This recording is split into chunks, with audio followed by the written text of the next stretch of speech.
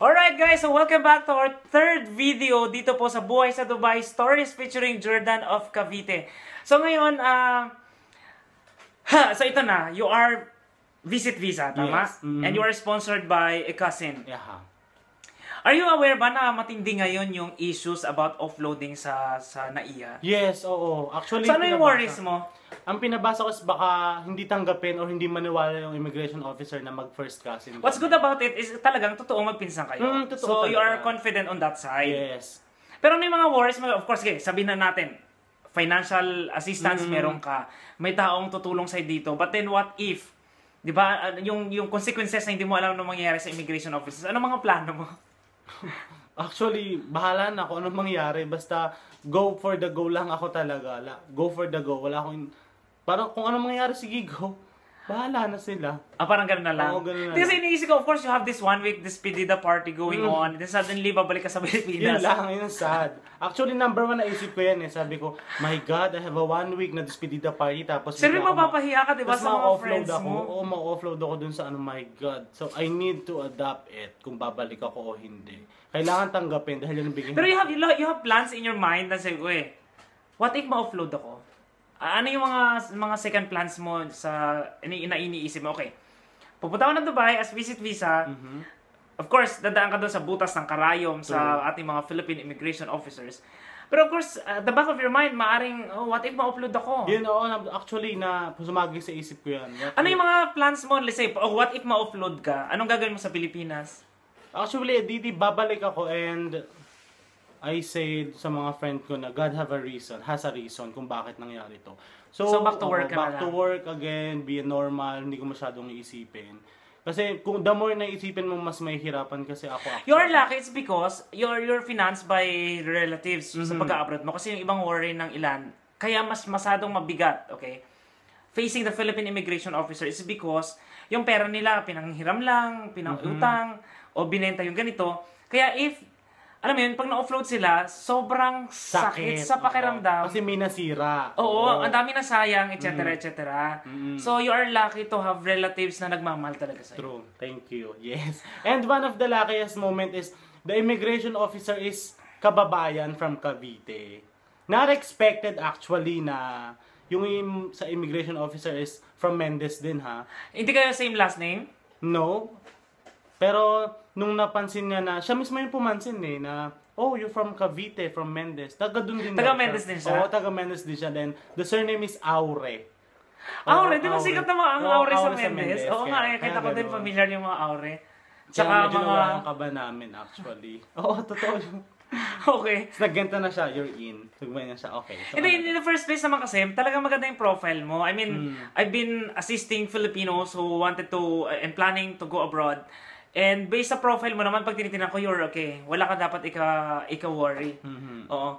Okay, so now, ayun na, nakalusot ka na ng Philippine Immigration Officer. Ay, wait lang, sa interview, okay? Just to give them an idea. Ano yung mga common na tinatanong? Usually ng immigration sa'yo. officer. Yung ano ba yan? Name ng parents nung kasama mo. Parang, they just wanted to make sure, okay, to get your family tree. True, oo. Na mapatunayan po nila na talagang magkamag-anak kayo. Totoo, oo. So in your case, since cousins kayo, kailangan makuha nila yung parents to connect na talagang magkapatid. Bakit? Sabi na, bakit kayo naging mag first cousin? Because of my father and her mother is kapatid, diba? Kaya siblings sila. Totoo.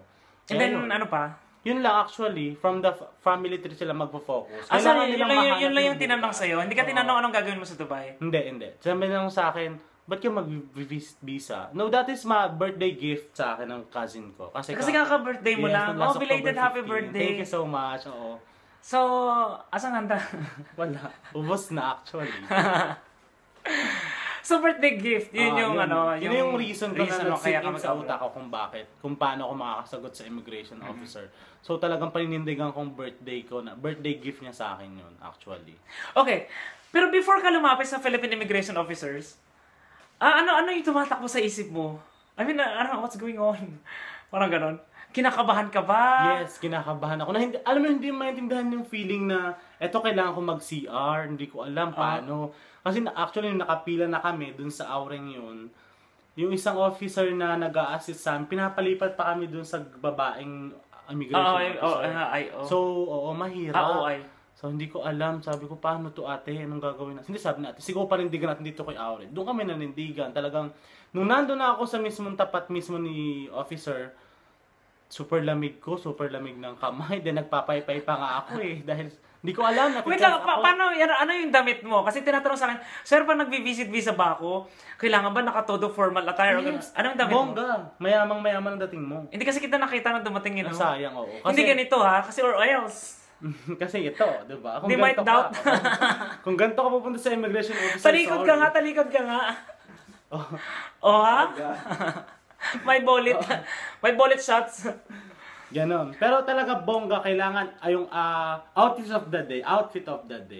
Kung outfit. Kasi kung pangit, hindi sila maniniwalang turista ka. Oh guys, kasi paano ba to? Actually, wala namang tamang outfit talaga how to face Philippine immigration officers. Okay, but then of course, yung tipong sometimes respect coming from how the way you look. Okay? So kung kunyari mukha ka namang gangster, pagdududahan ka of course, but then if you're wearing yung masyadong yung formal naman at karespeto, of course any people na gusto kang kausapin, of course kakausapin ka ng maayos. True. Okay? So just try to wear something presentable. Hindi ko sinasabing kailangan magdamit ka ng parang a-attend ka ng JS prom. Pero actually naka-Amerikana ako ha. T-shirt, Amerikana, then maong, then tok-tok. Anong tok-tok? Shoes. Shoes. Tok-tok shoes yung natagok-tok. Yung pang-office. Ako naman nalala ko, naka-brown suit yata ako. Yun, ako black suit. Yun, kasi naka-brown. Okay, so yun lang. So now, anong pakiramdam nung tinatakan na and then nakalagpas ka na? My God! Dito talaga pagpasok namin ng immigration doon after nakalagpas kami sa immigration officer. Talagang makikita mo yung itsura ko na natanggal yung, nawalan ako ng dugo actually, namutla.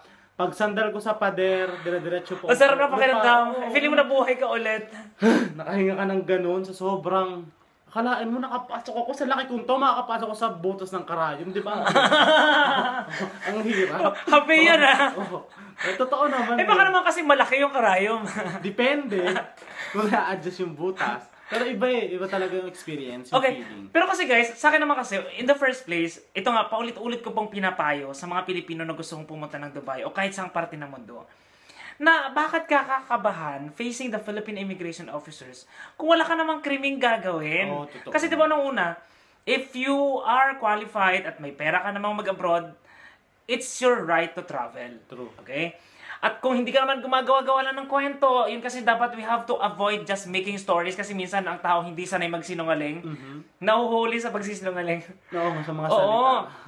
Kaya po, tandaan niyo po guys, those who are watching this video, kung alam mo naman everything is legal, no need to talk to me guys and ask tips, okay? Basta sabihin mo lang totoo and then that's it. Sabi ko nga, di ba, honesty will set you free. Totoo. So, hindi ka kakabahan, etc. So, ang problema lang kasi naging kumalat kasi itong balita na matindi ang offloading, mahigpit na mahigpit. Well, if you are qualified, wala pong dapat ikakaba facing the Philippine immigration in the Philippines. Okay? So, ito na. Asan na tayo? Nakalagpas ka na. Pasakay na ng airplane.